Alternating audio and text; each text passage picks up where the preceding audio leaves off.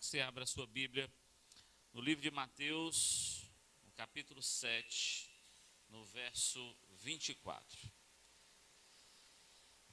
Todo relacionamento é difícil, sim ou não? Todo relacionamento é complicado. Com qualquer pessoa que você vá se relacionar, qualquer uma. Pode ser empregado, patrão, pode ser entre irmãos, pode ser entre pais e filhos, entre filhos e pais, pode ser qualquer relacionamento. Qualquer um é difícil de ser mantido, mas tem um que é mais difícil que os outros. O relacionamento de casamento ele é mais difícil do que os outros, porque ele conta com o inimigo 24 horas por dia tentando desgraçar esse relacionamento. E mais ainda do que isso, é com a pessoa que nós dormimos, respiramos e vivemos e só nós conhecemos. Sim ou não? Ninguém conhece a pessoa que está sentada do seu lado mais do que você. Ninguém. Nem o meu pai e a minha mãe me conhecem mais do que a Rochelle me conhece. E ninguém conhece mais a Rochelle do que eu conheço. Eu conheço todas as qualidades dela, mas também conheço todos os defeitos dela. Você concorda comigo? É a mesma coisa com você ou é só comigo isso aí? Nós conhecemos tudo, só que a gente gosta de valorizar o quê? A gente casa pelas qualidades, mas quer ficar casado pelos defeitos, sim ou não? Quando a gente vai casar, não tem defeito. É aquela coisa maravilhosa, não tem defeito. E o pai da gente, a mãe da gente, um amigo mais próximo, diz, rapaz, mas presta atenção, tem esse assim. Não. Quando a gente casar, tudo isso vai acabar. Porque a gente se ama tanto que esses defeitos vão cair por terra. Né? Não, minha filha, eu conheço dois jovens que iam se casar e o camarada era aquele que dormia até meio-dia. Aí a mãe do menino, que mãe com nora é uma coisa, sogra com nora é uma coisa, sogra com genro é outra. Então a futura sogra chegou para a futura nora e disse assim, filha, vem cá. Ele se acorda meio-dia e não sabe fazer nada da vida. Como é que vai dar certo esse caso? Não, tia, quando a gente se casar, esse problema vai ter resolvido, porque o amor cobre uma multidão de defeitos. E ela disse assim, minha filha, vocês vão pedir esmola para 2, presta atenção. O relacionamento de casamento ele é mais difícil de ser mantido exatamente porque a gente conhece tudo um do outro. E a gente não quer ver os defeitos até casar. Mas parece que quando casa não tem mais qualidade, só tem defeito. Quando os casais se sentam na mesa com a gente para conversar sobre o seu casamento, geralmente em crise, eu geralmente peço para dizer 3 defeitos e 3 qualidades. Os 3 defeitos é ligeiro demais. Chega a mão, parece o Chico Xavier psicografando, é ligeiro. Se tivesse uma folha de papel ao máximo, escrevia 30. Agora, qualidade, o caba para, principalmente o homem.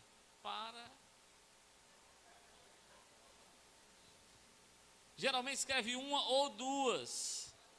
E ainda tem o mais. Olha, pastor, ela tem essa qualidade aqui, mas também não é essas coisas todas, né? É difícil. Sabe por que o relacionamento de casamento é o mais difícil de ser mantido? Porque você não nasce casado. Mas se você é filho ou pai, você vai ser filho ou pai para sempre. Você já nasceu com essa condição de filho e o pai quando a criança nasce. Agora de casamento não. Casamento é um relacionamento que infelizmente pode nascer e pode acabar. Será? Será que pode mesmo? Vamos ler o texto aí. Mateus 7, 24. Portanto, quem ouve estas minhas palavras e as pratica, é como um homem prudente que construiu a sua casa sobre a rocha. Caiu a chuva, transbordaram os rios, sopraram os ventos e deram aquela casa e ela caiu, porque tinha seus alicerces na rocha. Mas quem ouve estas minhas palavras e não as pratica, é como um insensato que construiu a sua casa sobre a areia. Caiu a chuva, transbordaram os rios, sopraram os ventos e deram contra aquela casa, e ela caiu, e foi grande a sua queda. Nós temos duas casas aqui diferentes. Uma casa que foi alicerçada sobre uma pedra, sobre uma rocha, e a outra casa que foi construída sobre a areia. Por que Jesus estava falando aqui? Jesus estava agora sentado num monte, pregando para uma multidão de pessoas. Ele tinha acabado de começar o seu ministério, mas o seu ministério foi tão pungente, foi tão diferente de tudo, que ele começou a arrastar multidões. E as multidões seguiam Jesus para onde ele ia. Ele começou a curar enfermos, mas antes disso, ele venceu outra etapa. Quando ele batizou nas águas, a Bíblia diz que ele foi levado ao deserto pelo Espírito. O Espírito Santo levou Jesus para o deserto para ser tentado. Quem já foi tentado aqui? Só? Tem alguma coisa errada nesse negócio aqui. Vocês estão vivendo nessa terra mesmo? Porque assim, se você não foi tentado, sorria. Você vai ser tentado, filho. Vai ser tentado e vai ser provado. Agora, se você já foi provado e tentado, fique tranquilo. Você vai ser de novo. Enquanto nós vivermos aqui na terra, nós seremos tentados e provados. Jesus foi tentado, não foi por um tranca-ruazinho, não. Ele foi tentado pelo próprio diabo. Depois de jejuar 40 dias e 40 noites. Geralmente quando a gente jejua assim, meio-dia, a gente fica nos cascos, né? O cão não chega nem perto de mim. Eu estou aqui cuspindo fogo, já jejuei meio-dia. Jesus jejuou 40 dias e 40 noites, a Bíblia diz que o próprio diabo veio tentá-lo. Agora, ele tinha fortaleza de Deus, porque estava com a sua carne amortecida e estava cheio da palavra. Então, durante 3 vezes, ele confrontou o diabo com o está escrito. Você quer anotar aí um negócio para a sua vida? Pare de usar o eu acho e comece a usar o está escrito, que isso vai mudar a sua casa. Nós estamos muito no eu acho. Eu acho que devia sim, devia ser assim, devia ser assado. Pare de usar o eu acho e comece a comer essa palavra e comece a usar o está escrito, porque o está escrito tem autoridade. O está escrito dá rasteira até no diabo, quanto mais em qualquer demôniozinho, qualquer probleminha. Está começando a entender, irmão? Então veja, Jesus foi tentado no deserto e a Bíblia diz que ele venceu as 3 tentações. Ele foi tentado na carne, depois na alma, por último no espírito. E venceu as 3 tentações com a mesma premissa, o mesmo princípio. Está escrito. E o está escrito, a autoridade de Deus na vida dele e da palavra de Deus na vida dele suplantou toda a história do diabo. Daí para frente, com a autoridade de Deus sobre a vida dele, ele começou a pregar o evangelho em todo canto e começou a curar enfermos. E ele ganhou notoriedade, as pessoas começaram a seguir Jesus. Quem é esse homem que prega diferente de todo mundo e está curando enfermos? Curando o cego de nascença. Se você for para João 9, você toma um susto. Ninguém nunca curou um cego de nascença. Jesus foi e curou. O cego de nascença ganhou notoriedade. Até que ele se senta no monte para ensinar a palavra. E ele ensina sobre muitas coisas. Esse ensinamento é chamado as bem-aventuranças. E eu vou só dar aqui um mote para gerar sede no seu coração, para depois você ler. Mateus 5, os capítulos 5, 6 e o 7, que é esse que nós estamos lendo. Só o temazinho principal. Ele começou a pregar sobre ser o sal da terra e a luz do mundo. Quem já ouviu falar disso? Glória a Deus. Ele pregou sobre que ele estava cumprindo a lei e não revogando ela, como a maioria achava que ele ia revogar a lei. Ele veio cumprir a lei. Depois ele fala sobre homicídios e adultério. Jesus fala várias vezes sobre isso. Ele compara homicídios e adultério no mesmo texto. Depois ele fala sobre os ensinamentos sobre os juramentos e sobre a vingança. A vingança pertence só a ele. Depois você lê na Bíblia com calma. Ele ensina sobre amar o próximo. Nós vamos falar um pouco disso hoje. Ele ensina sobre praticar a justiça. Justiça de quem? Você está aí? Justiça de quem? Buscai primeiro o reino de Deus e a sua. Então é a justiça de Deus, não é a minha justiça. Não é a justiça do Alexandre de Moraes. Posso até ser preso, né, agora? Não é a justiça da terra, nem a justiça que eu acho que é justa. É a justiça de quem? Mas como é que você conhece a justiça de Deus se você não conhece o caráter dele nem a palavra dele? Tem tanta coisa, tanta gente falando tanta besteira por aí, achando que está falando em nome de Deus. E quando você faz um mínimo confronto da palavra que está sendo falada com a palavra que está escrita, é gritante a diferença. Mas ele fala sobre isso. E ele fala sobre dar ofertas e esmolas. Ele fala sobre isso também. Ele continua ensinando e diz como devemos orar. Jesus ensinou até o jeito que eu e você devemos orar. Isso foi até mal interpretado e é usado como reza. Mas é uma forma de orar. Ele nos explicou como devemos orar. Como devemos jejuar também. Ele nos ensinou como devemos jejuar. Tudo nesses capítulos que eu estou dizendo. 3 capítulos poderosos da Bíblia. Sobre os tesouros no céu. Onde é que está o teu coração? É lá que estão os tesouros. A boca fala daquilo que está cheio o coração. Então eu sei que a tua boca está botando para fora aquilo que está no teu coração. Os tesouros estão no teu coração. Mas ele está dizendo aqui sobre os tesouros do céu. E nós vamos falar muito sobre isso hoje também.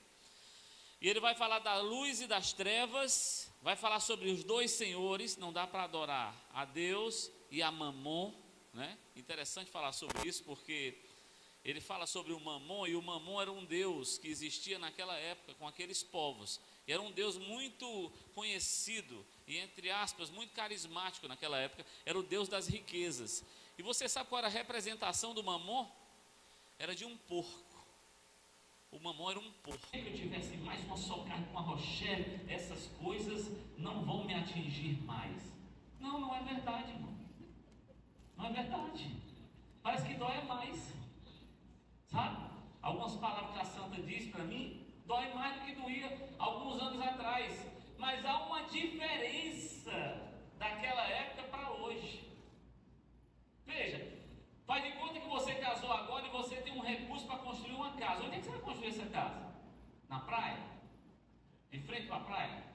O mar batendo lambendo ali o muro da sua casa? Você vai construir assim na areia? Você vai arriscar tudo que você tem para construir uma casa que você tem certeza absoluta que vai cair? Você, por mais difícil que seja o acesso, o certo é construir em cima da rocha. E quem é a rocha? A rocha é quem? Jesus. A rocha é Jesus. Ele é a pedra angular. Ele é a pedra fundamental. Aquela que os edificadores rejeitaram. Essa pedra angular é até interessante. Porque a pedra angular, ela era a pedra que dava liga na construção. Os portais das construções do Oriente Médio, todas as portas elas eram circulares. E como é que construía essa pedra? Como é que construía esse formato? Ia colocando os tijolos aqui, ia segurando, até que chegava pelo meio e alguém encaixava a pedra angular. Quando encaixava a pedra angular, ela segurava o lado de cá e o lado de lá. Jesus é a pedra angular, que ele é colocada no meio, ele sustenta o Velho Testamento e o Novo Testamento, a velha aliança e a nova aliança. Ele é a pedra angular, que foi rejeitada pelos edificadores, rejeitada por todos. Jesus é a pedra fundamental, ou seja, o alicerce de qualquer casa. A diferença de uma casa para outra é o alicerce dela, mas a chuva, os rios e os ventos vão vir sobre todas as casas. Agora, aqui está sem alicerce, o que acontece com ela? Não estou bonito aqui. sem alicerce, balança e cai. Agora aqui está com alicerce, o que acontece com ela? Deixa ele balançar, deixa? Não, nós balança. Nós balança, mas não cai. Principalmente nós homens, nós aprendemos. Eu gostei muito daquele filme que eu assisti, o Matrix. Você já assistiu Matrix? Já assistiu? Quando vem as balas para o Matrix, o ator principal, o que ele faz? Hã? Não é assim não? Pode especializei nesse negócio. Mas eu estava buscando a pé lá em casa e as balas passar para lá. Balança, mas não cai. Tem tudo para dar errado. Irmão, eu tenho todos os fatores para dar errado. Todos os fatores. Todo mundo olha de fora e pensa que eu sou alguma coisa. Na verdade, eu vou dizer para você quem que eu sou. O Rocha não gosta que eu diga isso, não, eu digo. Eu sou o Zé Doidinho de Jesus. Primo do coisa nenhuma, irmão do Zé Ninguém. Sou eu. Tenho todos os fatores para estar errado. Mas a minha casa está alicerçada sobre a rocha. E aí, tudo que eu faço é desse tamanho. Mas a rocha faz para parecer que é desse tamanhão. Você está entendendo isso, irmão? Talvez eu tenha que dizer melhor para você, porque eu acho que você não entendeu. Aquele que está alicerçado em Cristo, ele não é diferente de ninguém. Ele não é melhor do que ninguém. O que ele faz não é melhor do que qualquer outro faz. Mas a rocha faz parecer que é muito melhor do que o outro.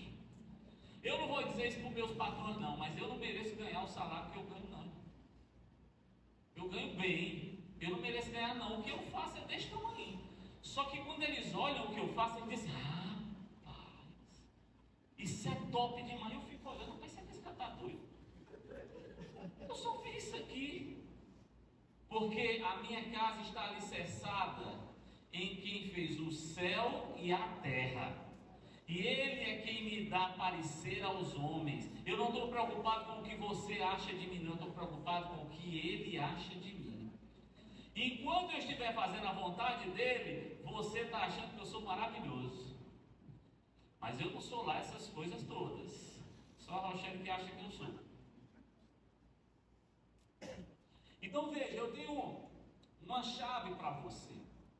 A respeito da sua casa. Da firmeza da sua casa. Ela tem que estar fundamentada em Cristo.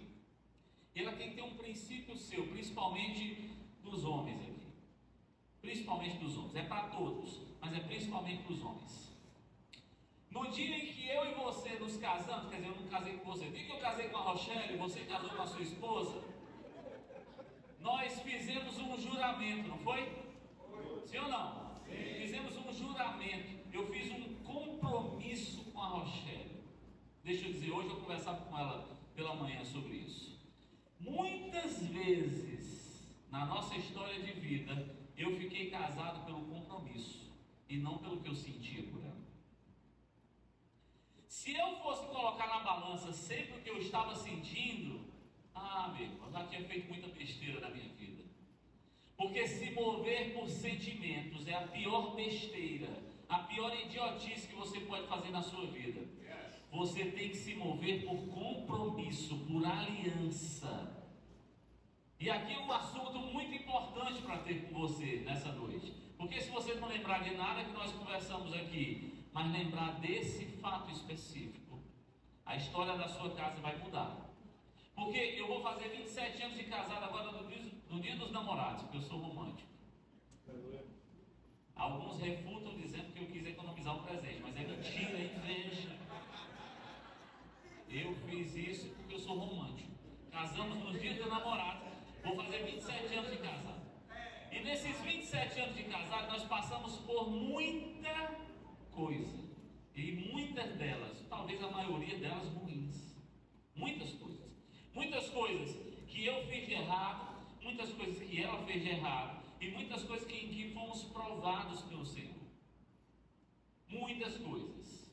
E durante aqueles períodos mais difíceis do vale, que a nossa vida é constituída de vales e de montes. Você está aí? Todo mundo é constituído de vales e de montes. Onde é que você está agora? Está no vale ou está no monte? Todo casal tem vale e monte. Já vou dando aqui um briefing para você. Um toque celestial, uma chave santa. Use os montes para combinar os vales. O que eu quero dizer com isso? Quando vocês estiverem muito bem, sentem para conversar sobre o dia mau, porque o dia mau vai vir em sequência. Não tem bom. A nossa caminhada na terra é feita de montes e de vales. Pode ser o casal mais ajustado da eternidade. Está aqui na terra, montes e vales. Tem uns que vão para o vale e fica lá. Não pega mais uma montanhazinha em canto nenhum. Por quê? Porque não combinou no monte o que devia acontecer no vale. Então a gente brigou, mas conseguiu chegar no monte. Quando eu chegava no monte, a gente sentava. Deixa eu te dizer, ó, chefe. Lembra daquele dia que a gente teve aquela briga? Eu me senti dessa forma. Quando eu disser aquilo, é porque eu na verdade estou querendo dizer isso. Quando eu fizer isso, é porque na verdade eu estou sentindo aquilo. Eu fui tirando a armadura e me tornando vulnerável para ela, e ela fazendo o mesmo para mim. Quando chegava no vale, o vale já não era tão fundo assim, porque a gente tinha combinado. Agora, nós somos feitos de monte e de vales, e o que me norteava no vale era o compromisso que eu tinha feito com ela, não era o que eu estava sentindo, porque o que eu sinto é miserável. Os nossos sentimentos, eles nos enganam todos os dias. O que tem acabado com muitos casamentos é a letal frase: irmão, pastor, eu tenho o direito de ser feliz. Irmão, eu descobri, pastor Daniel, que felicidade é uma droga. Você está me olhando de olho curto agora, mas eu quero reforçar essa frase para você. Felicidade é uma droga. Felicidade é um sentimento, sim ou não? Sim. Felicidade é um sentimento. Como todo sentimento, ele é senoide. É vale e monte. Um dia você está feliz, no outro dia você está triste. Por exemplo, você comprou um carro novo. Feliz, ô glória. Chegou a primeira parcela para pagar. É assim. Tudo na vida é vale e monte. Você está me acompanhando aqui até aqui? Tudo na vida é vale e monte. Felicidade é assim, ó. Uma hora eu estou muito feliz, a outra eu estou triste. Eu não consigo estar feliz e triste ao mesmo tempo. E se você não concorda comigo, espere até eu chegar ao final, você vai entender. Você não consegue estar feliz e triste ao mesmo tempo. Ou você está feliz, ou você está triste. E você começa a pautar a sua vida por felicidade. Você quer felicidade a qualquer custo. Então o que você faz? Qualquer coisa, inclusive pecar.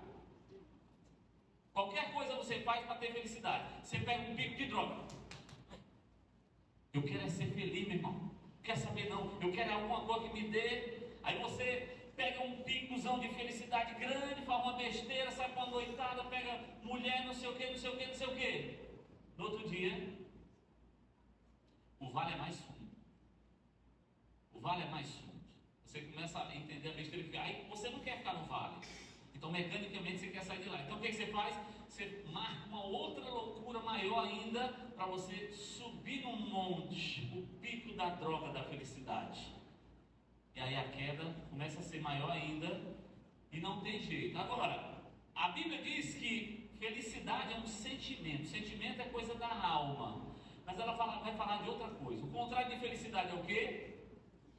Tristeza. Ok. A Bíblia vai falar de outro instrumento. Esse não é na alma. Esse é no espírito. É a alegria. Alegria, a Bíblia diz que é fruto de quê? Do Espírito. Porque o fruto do Espírito é amor, alegria, paz, longanimidade, benignidade, bondade, fé, mansidão e domínio próprio. Contra estas coisas não há lei.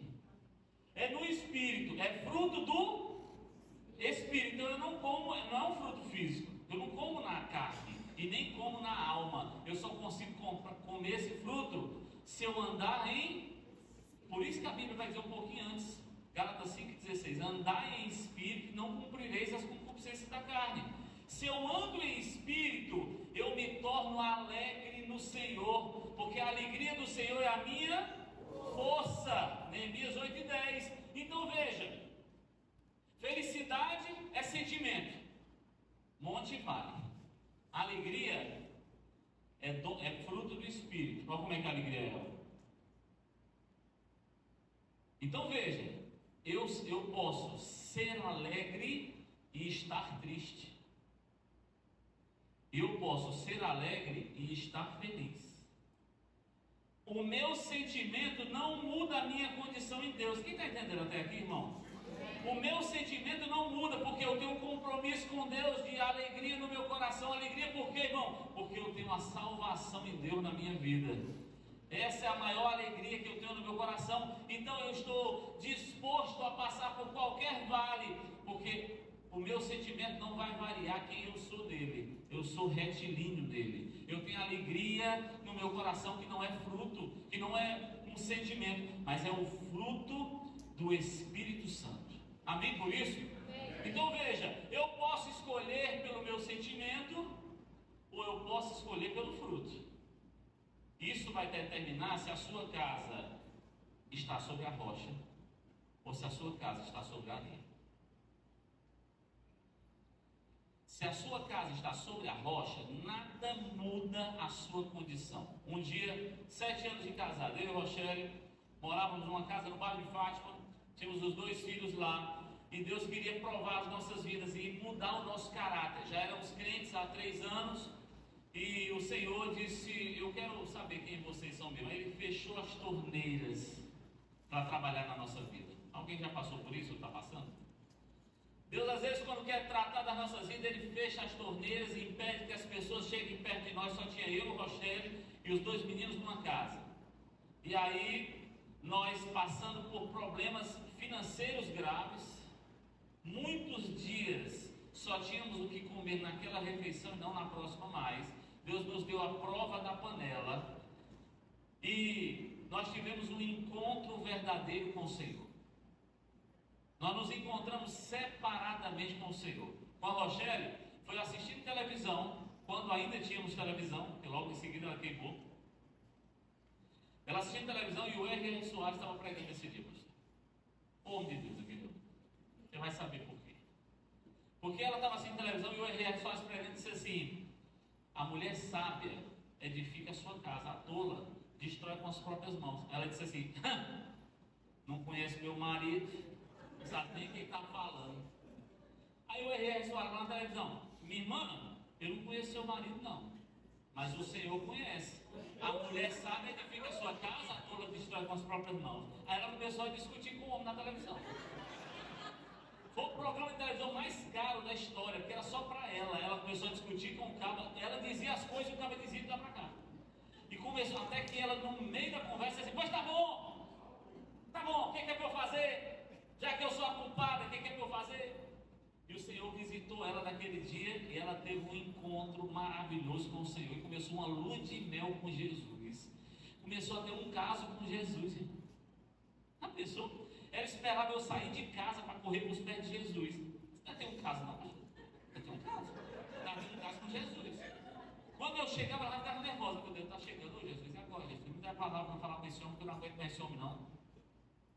Confundiu a cabeça dela. O relacionamento que ela estava tendo com Deus era tão grande, era tão maravilhoso, que ela não precisava mais de mim para nada.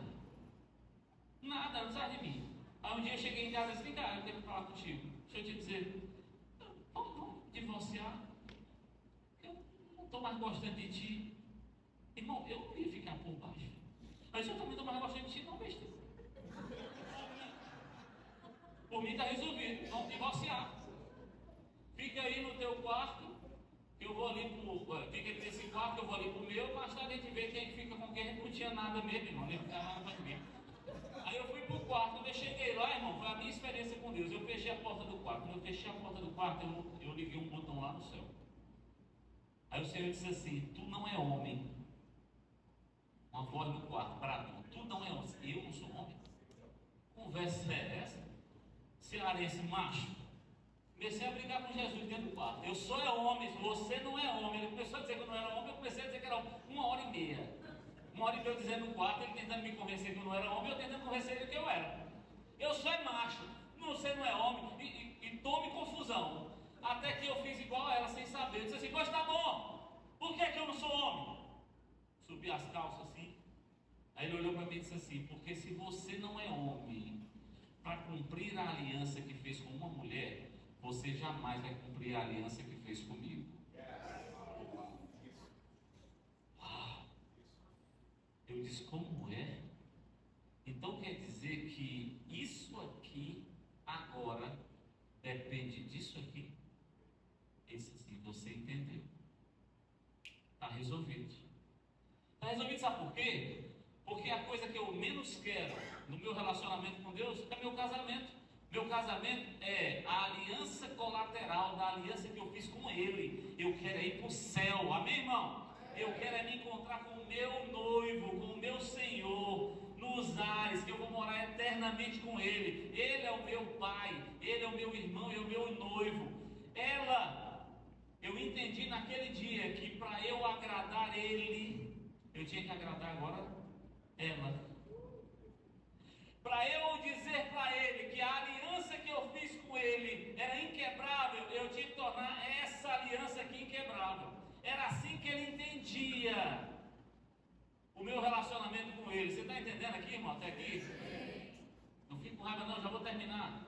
Mas veja, essa aliança, ela passou a ser o seguinte, peraí, então quer dizer que tudo que eu faço para ela, eu estou atingindo o teu coração? Exatamente. Então está resolvido. Se precisar plantar bananeira todo dia, eu planto. O que precisa fazer? Te resolve com ela. Saí do quarto na mesma hora, voltei lá. Disse, se eu te dizer uma coisa, eu não ia ficar muito por baixo em todo o tempo, né, irmão? Eu não vou vender barato isso. Olhei para ele e disse assim, continuo te amando, só para ficar claro. Mas Deus falou comigo ali dentro do quarto. Eu queria saber se a gente podia dar uma outra chance ao nosso casamento, tirando as nossas emoções de lado. Nós não vamos nos mover pelo que nós sentimos, mas vamos nos mover pelo sentimento de Deus. Topa? Eu topo. Essa história mudou a constituição da nossa casa. Nesse dia, nós alicerçamos a nossa casa na rocha eterna que é o Senhor. E nós já éramos crentes, irmão. A nossa casa estava firmada na areia e agora firmada na rocha. Só que eu continuava não sentindo nada por ela nada por mim. Nós tínhamos uma aliança com Deus e uma aliança espiritual entre nós. Mas eu nem amava mais a Rochelle, nem a Rochelle me amava. E o meu tempo já correu demais, mas eu preciso dizer esse final para você. Até que eu fiz uma oração. Alguém me falou dessa oração. Ela disse, olha, Davidson, era uma irmã que liderava o MMI na época, a gente era líder em treinamento. Ela disse para mim, um dia, o meu amor pelo meu esposo acabou. Eu fiz uma oração, Senhor, deixa eu ver o meu esposo com os teus olhos e amar o meu esposo com o teu amor, que o meu amor já não existe mais por ele. E ela disse que o casamento dela foi restaurado. E eu disse, o quê? Aí eu fiz a cara de crente, né? Oh, glória a Deus. Mano, que coisa, estou toda arrepiada. Olha, mas por dentro mesmo eu estava dizendo assim, que conversa é essa? Essa história para boi dormir. Não dá certo isso aí. E me esqueci dessa história, passaram-se os anos. Nessa época eu estava em casa, e a Rochelle tinha saído com os meninos, e eu fiquei sozinho em casa, ajeitando as coisas em casa. E eu, enquanto ajeitava as coisas, me lembrei dessa oração. Eu me ajoelhei no pé da minha cama e fiz exatamente essa oração. Senhor, se o que a irmã fulana disse é verdade, deixa eu ver a Rochelle com os teus olhos e amar a Rochelle com o teu amor, porque o meu amor já papocou faz tempo. É igual aquela música lá, né? O anel que tu me deste, a vida se quebrou, o amor que tu me tinha, era pouco que se acabou. Pronto. Era essa cantilena que o diabo tinha me ensinado. Ele disse, o meu amor por ela já acabou, não dá mais. Deixa eu amar com a reserva do teu amor, porque o meu não existe mais. Aí eu imaginei assim, poxa, se essa história for verdade, quando eu abrir o olho, vai ter fundo musical, gospel de anjos, com pétalas de rosa caindo do céu aqui agora, vai mudar tudo agora, vai mudar tudo. Quando eu abri o olho, o sol quente era mais medonho, não tinha nada de diferença. Legal, vai saber. Continuei fazendo as coisas dentro de casa e esqueci. Quando foi 5 horas, a Rochelle chegou. Quando a Rochelle apontou no portão, eu tomei um susto. Irmão, eu fui tomado por um sentimento tão incrível que eu não consegui mais falar. Quando eu olhei para a Rochelle, eu fui tentar falar, eu não consegui mais, eu comecei a chorar. E eu sou uma desgraça pelo choro, irmão. Tem gente que chora e canta. Acho lindo ver pessoa chorando, a lágrima desce e se eu chorar, eu nem falo. Eu falo assim. Tá? E eu fui assim, quando eu corri para ela para falar, comecei a chorar. E ela entendeu, porque ela já estava em oração, hein, irmão? Bem santa. Ela já estava em oração, entendeu? Me levou para o quarto e eu passei 3 horas chorando. Reza a lenda que eu emagreci 2 quilos, né? 3 horas chorando.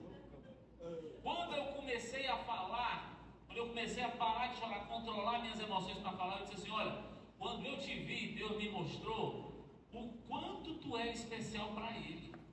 Eu pedi para te ver com os olhos dele, Ele me mostrou mesmo.